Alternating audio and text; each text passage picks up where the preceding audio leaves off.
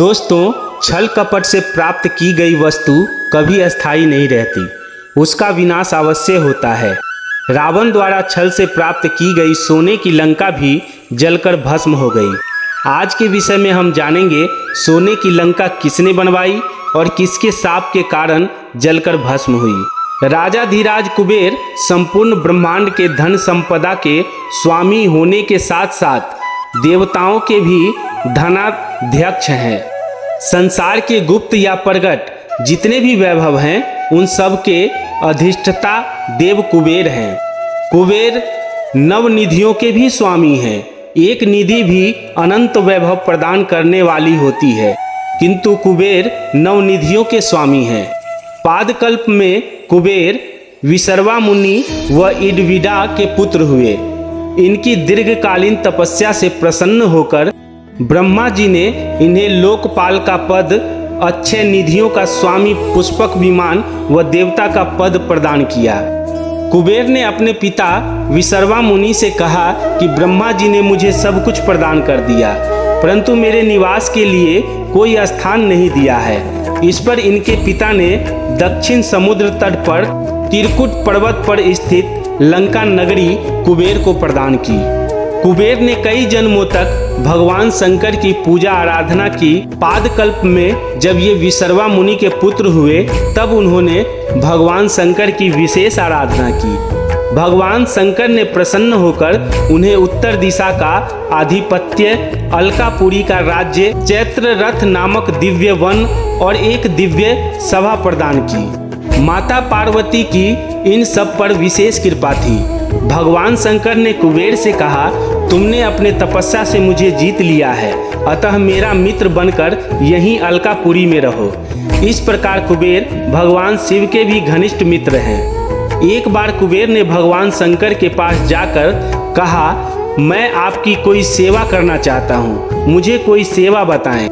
भगवान शंकर ने कहा, मेरे हृदय में तो श्री राम बसते हैं, वही मेरा धन है, मुझे किसी वस्तु या सेवा की कोई आवश्यकता नहीं है। भगवान शंकर के मना करने पर कुबेर प्रतिदिन माता पार्वती से विनती करते, माँ, मेरी आप दोनों की सेवा करने की बहुत इच्छा है, कोई सेवा बताओ। एक बार भगवान विष्णु और माँ लक्ष्मी जी भगवान शंकर और माता पार्वती से मिलने कैलाश पर्वत पर आए। ठंड के कारण लक्ष्मी जी ठिठुरने लगी। सर्दी से बचने के लिए उन्हें पूरे कैलाश पर्वत पर कोई स्थान नहीं मिला। तब लक्ष्मी जी ने माता पार्वती से पूछा, आप इस पर्वत पर कैसे जीवन व्यतीत करती हैं? इसके बाद माता पार्वती ने वैकुंठ धाम की यात्रा की। वहाँ के वैभव को देखकर माँ पार्वती जी ने ठान लिया कि वो भी अपने और शंकर जी के लिए ऐसा ही महल निर्मित कराएंगी। अपनी इच्छा को उन्होंने भगवान शिव के सम्मुख रखा, परंतु भगवान शंकर तो वैरागी ठहरे, वो कुछ नहीं बोले। एक दिन माता पार्वती ने कुबेर से कहा, तुम्हारे पास बहुत संपत्ति है, आप मेरे लिए सोने का महल लंका बनवा दो, मैं शंकर जी को मनाकर उसमें ले आऊंगी, फिर आप जितनी सेवा करना चाहो आप उनकी कर सकते हो। कुबेर को बहुत प्रसन्नता हुई कि मेरी संपत्ति का उपयोग शिव सेवा में होगा। मेरे द्वारा बनवाए गए राजमहल में भगवान शंकर और माता पार्वती सहित विराजेंगे। कुबेर ने अपनी सारी संपत्ति लगाकर देवताओं के शिल्पी विश्वकर्मा से सोने का राजमहल बनवा दिया, जिसे देखकर सभी देवताओं को बड़ा आश्चर्य हुआ। भगवान शंकर ब्रह्मा है तो माता पार्वती ब्रह्मविद्या है। ब्रह्मा ब्रह्मविद्या के अधीन रहता है। भगवान शंकर को पार्वती जी अति प्रिय है। पार्वती जी जो कहती है वही शंकर जी करते हैं। माता पार्वती ने शंकर जी से कहा, कुबेर ने बहुत परिश्रम और प्रेम से सोने का राजमहल बनवाया है, थोड़े दिन यदि हम वहाँ रहे तो इसमें क्या हर्ज है? आप तो स्वयं आनंद स्वरूप हैं, आपको शमशान में भी आनंद है, पेड़ की छाया में भी आनंद है, तो क्या राजमहल में आपको आनंद नहीं होगा? भगवान शंकर ने कहा, कुबेर ने जो राजमहल तो अच्छा बनवाया है, किंतु उसने अभी वास्तु पूजा नहीं की है। वास्तु पूजा किए बिना वहाँ हम कैसे रहेंगे। शंकर जी और माता पार्वती जी अभी ये सब बातें कर ही रहे थे, उसी समय वहाँ रावण भगवान शंकर की पूजन के लिए आया। शंकर जी जानते थे कि रावण प्रकांड विद्वान है, फिर भी उन्होंने रावण से पूछा, वास्तु पूजन कराना है, तुम्हें वैदिक मंत्रों का ज्ञान है। रावण के हाँ कहने पर भगवान शंकर यजमान बने और रावण पुरोहित बन गया और सोने के राजमहल का वास्तु पूजन संपन्न हुआ। रावण बड़ा लोभी था। सोने का राजमहल देखकर उसकी नीयत बिगड़ गई और वह मन में सोचने लगा कि किसी तरह यह राजमहल मुझे मिल जाए। पूजन के बाद भगवान शंकर ने रावण से कहा, पुरोहित जी, आपको जो उचित लगे वह दक्षिणा मांग लो। रावण ने कहा, प्रभु, मैं जो मांगूंगा वो क्या आप मुझे देंगे? भगवान शंकर ने कहा, मेरा नियम है कि मैं किसी से ना नहीं कहता हूँ। रावण ने कहा, महाराज, यह जो सोने का राजमहल है जिसका वास्तु पूजन मैंने करवाया है, उसे आप दक्षिणा में मुझे दे दें। यह सुनकर भगवान शंकर ने पार्वती जी से कहा कि हे प्रिय, रावण ब्राह्मण है, कुछ मांग रहा है, मांगना मरने के समान होता है। हम लोग सोने की राजमहल में रहें या कहीं और, क्या फर्क पड़ता है?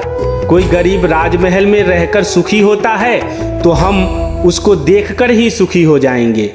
भगवान शिव मांगने वाले के लिए कल्प वृक्ष हैं। जैसे कल्प वृक्ष अपनी छाया में आए हुए व्यक्तियों को अभीष्ट वस्तु प्रदान करता है, वैसे ही शिव के दरबार से कोई खाली हाथ नहीं लौटता।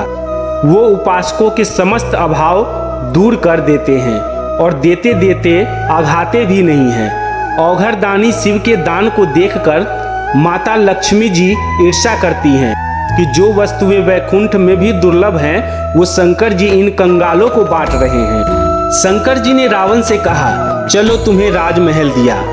पार्वती जी को यह बात ठीक नहीं लगी। उन्होंने रावण को श्राप दे दिया और कहा, जिस सोने की लंका को तुमने दान में मांग लिया है वह एक दिन जलकर भस्म हो जाएगी।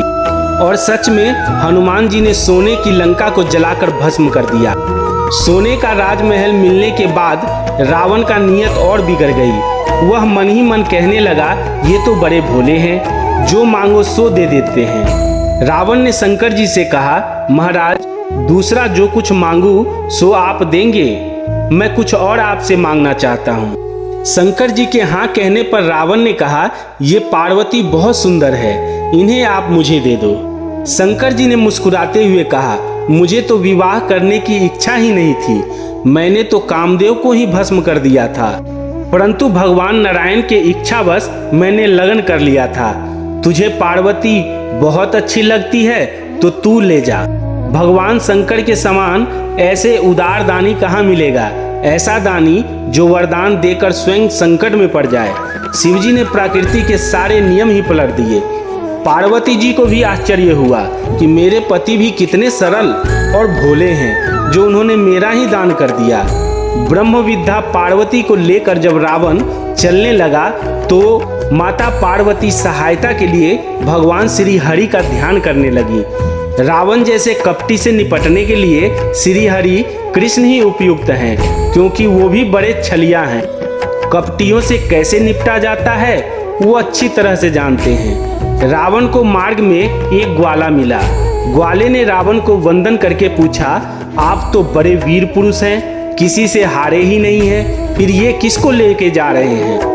अहंकारी रावण अपनी प्रशंसा से फूला ना समाया और कहने लगा, शंकर जी ने मुझे सोने की लंका और ये ब्रह्म विद्या पार्वती दी है, इस पार्वती को पाकर मैं अमर हो जाऊंगा। ग्वाले ने हंसते हुए कहा, यह पार्वती नहीं है, यह उनकी दासी होंगी। शंकर जी तुम्हें भला अपनी पार्वती कैसे दे देंगे? पार्वती जी की दासी देकर तुम्हें बहला दिया है। ब्रह्म विद्या माता पार्वती के श्री अंग से तो कमल की गंध निकलती है, क्योंकि उनके अंग में मल मूत्र रुद्रारी मांस नहीं है। तुम इसकी परीक्षा करो, यदि कमल की गंध न आए तो समझ लेना कि ये पार्वती जी की दासी है। पार्वती जी ने अपने श्री अंग से तीव्र दुर्गंध प्रकट कर दी। रावण की बुद्धि भ्रमित हो गई। उसने कहा, इनमें से कमल की सुगंध तो नहीं आ रही है, यहाँ तो सिर्फ दुर्गंध ही आ रही है। ग्वाले की वेश में श्री हरि ने कहा, तब तो यह निश्चित ही पार्वती की दासी हैं। वो पार्वती तुम्हें कैसे दे देंगे? मैंने सुना है कि पार्वती जी को शंकर जी ने पाताल में रख दिया है, तुम इन्हें छोड़ दो। रावण ग्वाले की बातों में आ गया और पार्वती जी को छोड़ के चला गया। तब भगवान श्री हरि ने वहां पार्वती जी की पूजा और स्थापना की। दक्षिण भारत में गोकर्ण महाबलेश्वर नामक स्थान है, जहां पर जगदम्बा पार्वती जी का मंदिर है। दोस्तों, हम सभी जानते हैं कि रावण बड़ा ज्ञानी था, बहुत विद्वान था। असल में रावण बहुत बड़ा मूर्ख था और उसकी मूर्खता के कारण ही उसके हाथों से लंका भी गई और उसका पूरा जीवन का भी अंत हो गया।